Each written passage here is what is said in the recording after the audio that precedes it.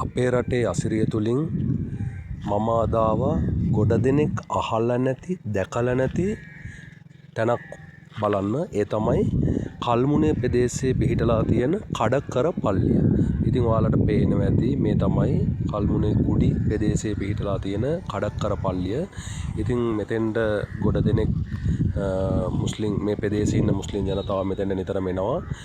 ඒ වගේම තමයි මේකේ තියෙන මේ පල්ලිය විශේෂත්වය තමයි ලංකාවේ අනිත් පල්ලි වලට වගේ නෙමෙයි මේ පල්ලියට සාමාන්‍යයෙන් සිංහල දෙමළ මුස්ලිම් ඒ වගේම ඕනෑම කාන්තා පාර්ශවයකට දවසේ පැය 24 තුලම මේ පල්ලියට එන්න යන්න පුළුවන්.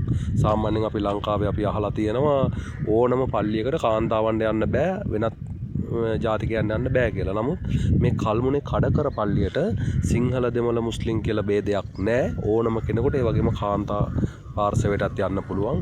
ඉතින් බාන්න ලස්සන සුන්දර ප්‍රදේශයක තමයි පිහිටලා තියෙන්නේ. මේ තියෙන්නේ කඩකර පල්ලිය ඉදිරි මුහුදු තීරය. ඊටමත් සුන්දර පරිසරයක්. ඉතින් මම කියන හැමෝටම ආරාධනා කරනවා කල්මුනේ සයින්ද මරුදු වගේ ප්‍රදේශයකට එනවනම් ඉතින් මේ කඩකර පල්ලිය ළඟටත් එන්න. ඒ වගේම මේ පල්ලියේ තියෙන විශේෂත්වය තමයි මෙයාලා විශ්වාස කරනවා මේ පල්ලියට ඒ කියන්නේ බබාලා නැති අයට ඒ වගේම යම් යම් අසනීප තියෙන කට්ටියට බාරහාර වුණොත් ඒ ලෙඩ සියල්ලක්ම සුව වෙනවා කියන එක මෙයාලගේ ඉතින් විශ්වාසයක්. ඉතින් මමත් අද ස්ථානයට ගියා. ඊට සුන්දර ප්‍රදේශයක පිහිටලා තියෙන කඩකර පල්ලියට. ඉතින් මම ඔයාලටත් නැවත වතාවක් ආරාධනා කරන මේ වගේ සුන්දර ප්‍රදේශයකට ඇවිල්ලා ඒ